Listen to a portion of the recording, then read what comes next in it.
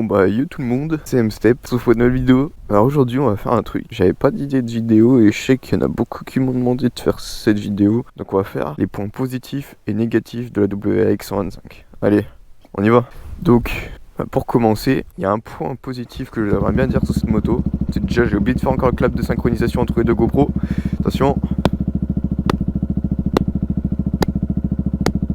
Voilà, tac. Putain, une bagnole, on va vite y aller.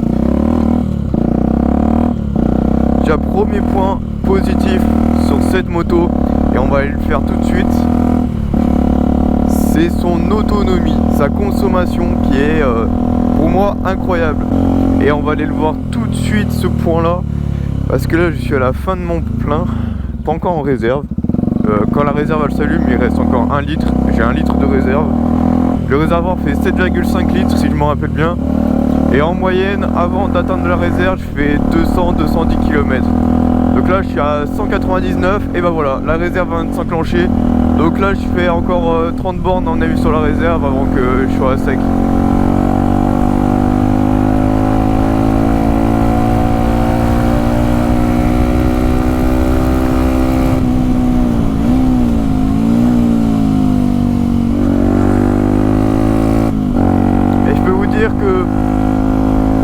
Débutant, que c'est notre première moto et surtout quand on a 16 ans et qu'on n'a pas extrêmement de moyens, je sais pas comment dire ça, parce que déjà il faut la payer la moto de base, après il faut payer tout ce qui est assurance et après il faut payer tout ce qui est consommation, donc consommation d'essence, consommation, tout ce qui est entretien, maintenance, donc plaquettes de frein, disques et tout le bordel, mais ça on va y revenir parce que là-dessus c'est pas trop un point positif, j'ai rien de vous dire.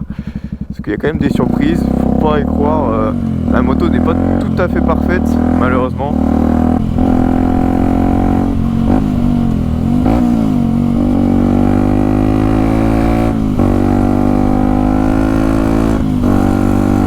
Voilà, vous pouvez le voir. Deuxième point positif, c'est que comment elle gueule sa mère, c'est incroyable. Là, j'ai pas de chicane. Je suis toujours catalysé, donc j'ai toujours le catalyseur quoi. Je fais 110 décibels. Je crois que je fais plus de bruit qu'un avion au décollage, pour vous dire. Donc si vous aimez faire du bruit, c'est un point positif. Si vous n'aimez pas, et ben c'est un point négatif. Mais pour moi je le mets dans les points positifs. On va commencer que par les points positifs pour l'instant.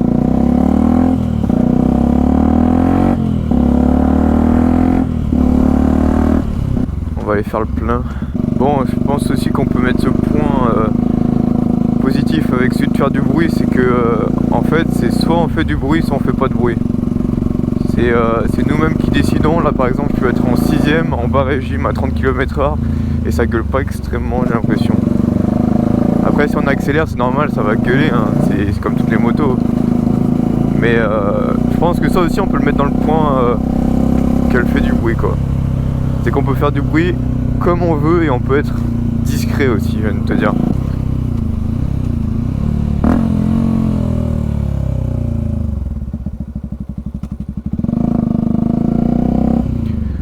Hop.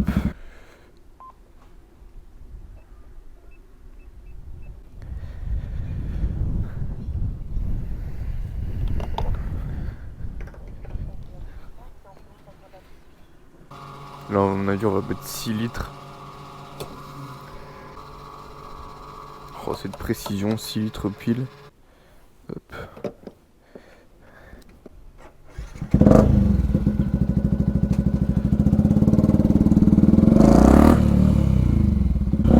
Faut que des fois je m'arrête pour voir les points positifs que j'ai retenus, que j'ai marqués sur un Excel.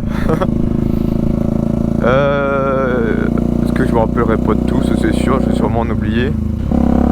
Alors il y a un autre point positif encore. Bah, comme toujours en fait, hein, je suis con, je suis en train de faire les points positifs.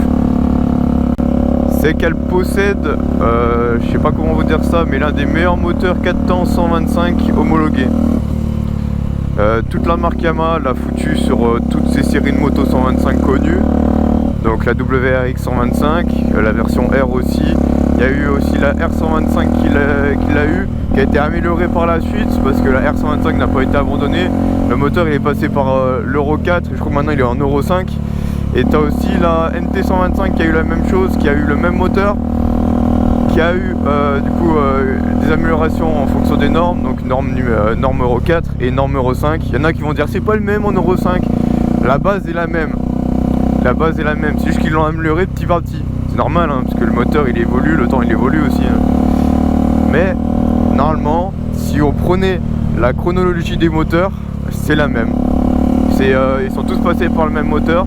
Et elle, vu qu'elle a été abandonnée de série malheureusement en 2016, et ben elle n'a pas été améliorée en fonction des normes. Du coup elle est en norme Euro 3 je crois.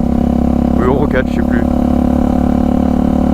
Je sais plus, je suis pas assez renseigné là-dessus. Mais en tout cas, c'est l'un des meilleurs moteurs.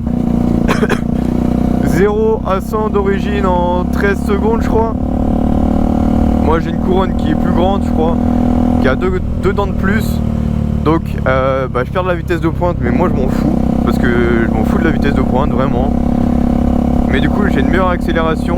Et je peux vous dire que je fais le 0 à 100 en 11 secondes. Ouais 10 secondes et demie on va dire. Ça va pour une 125 hein. Ça va pour une 125 homologuée surtout.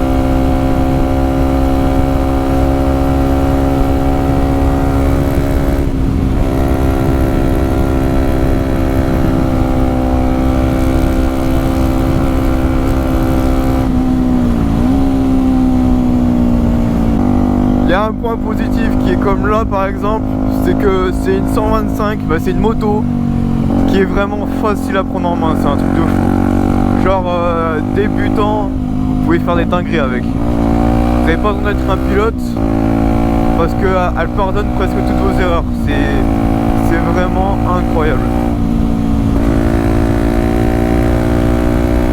J'ai pas des trajectoires de fou moi, et pourtant j'arrive à prendre les virages correctement quoi. Il y a aussi un autre point positif, c'est que cette moto elle a vraiment beaucoup de reprises. Et quand je dis vraiment beaucoup de reprises, c'est que vous pouvez être à 30 km/h en 6ème et que si vous accélérez, elle partira. Elle partira avec de la difficulté bien sûr, parce que vous serez quand même en bas régime. Ouais, en dessous du bas régime on peut dire même. Mais elle partira, par exemple. Là je suis à 30 km/h en 6ème, on est à 36 par exemple, j'accélère. Elle repart.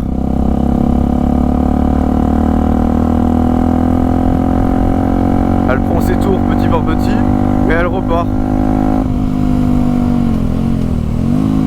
Ce qui fait que du coup, vous consommez pas beaucoup.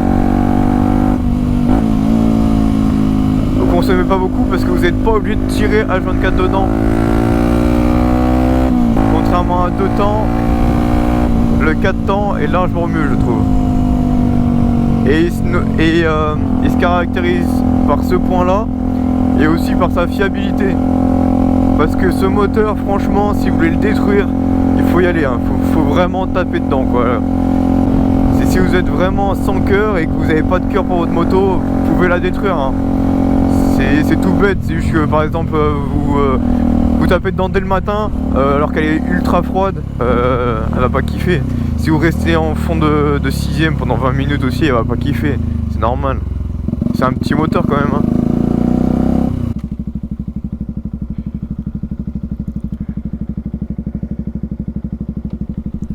M'arrêter là, voilà, tac. Pour aborder un autre point positif, c'est un super mote. Pour moi c'est un point positif à mort. Parce que c'est quand même joli un super mote. Et ça plaît à tout le monde. C'est un peu vénère en plus. Niveau gueule. Moi j'aime bien. Franchement j'aime bien le style de la WRX125. Qui est quand même pas mal on va se dire. Donc voilà. Franchement bon point positif. L'autonomie je l'ai dit. Le look je l'ai dit. Un autre point positif, c'est sa maniabilité, son rayon de braquage. Pour une 125, même pour une moto, déjà, vous pouvez pas faire ça avec une sportive. Vraiment, vous pouvez faire des demi-tours quand vous voulez, sans problème. Donc voilà. Toi par exemple, là je suis à 60 km/h en 6ème. Ça me va, écoute. Hein. Et elle est la reprise à mort. Ok. Toi en temps normal, je l'aurais niqué lui. J'aurais accéléré comme un bourrin, mais comme je sais pas si elle est gendarme. Bah, tiens, on va pouvoir faire un point positif. Là, ça sera fouté le compteur, je suis désolé. Mais dites-vous que je suis à un chiffre rond presque. Et là, je freine. Hop là. Premier gros point aussi, c'est son freinage. Et là, le freinage tellement qu'il était bon, je viens de déraper de la roue avant. En gros, elle possède l'un des meilleurs freinages 125 que je peux connaître presque. D'origine, elle possède un disque de 320 mm Brembo, mon gars. Avant, l'arrière il est un peu pourri, j'avoue, faut l'avouer quand même, hein, parce que de toute façon l'arrière il est juste pour tasser la moto, pour qu'elle reste collée au sol, faut pas qu'elle se soulève l'arrière.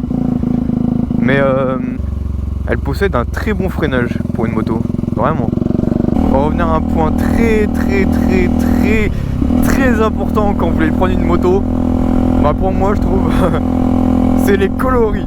Alors là par contre, Yamaha, je sais pas ce que vous avez branlé sur un coloris, mais moi je l'aime pas du tout. C'est le coloris bleu et avec donc le cadre qui est en bleu je crois, les carénages qui sont en bleu et par contre les jantes qui sont dorées. Mais à quel moment tu veux faire des jantes dorées? Vraiment, c'est le mec qui dit ça mais il a quand même le truc Superman doré. Mais sur la moto, comment je trouve que ça passe pas. Je suis désolé à tous les propriétaires de WRX 125 qui ont le coloris comme ça, mais moi je l'aime pas. Je l'aime pas pour un seul point, c'est qu'on peut pas faire ce qu'on veut sur la moto. Genre, tu peux pas te dire le lendemain, oh j'ai envie de la mettre en rouge par exemple, faire des touches rouges. Non, parce que tu auras le cadre qui sera en bleu, tu auras les jantes qui seront dorées, et avec des touches rouges tu pourras pas. Ça va pas se marier ensemble, ça fera bizarre en vrai. Alors que par exemple si vous prenez le coloris que j'ai, qui est en full black, je trouve qu'on peut faire ce qu'on veut. Par exemple si demain je veux la mettre en blanche, j'aurais aucun problème à la regarder en blanche. Si je veux faire par exemple comme là j'ai fait, c'est qu'il y a quelques touches de rouge, comme par exemple les poignées, les protèges rayons en rouge, les bouchons de pneus là, de valves de pneus qui sont en rouge. J'ai plein de petits trucs comme ça. Par exemple même le bouton comme ça là, rouge, le coupe-circuit. Je trouve que ça passe bien ensemble. On va s'arrêter là, je me suis jamais arrêté là encore.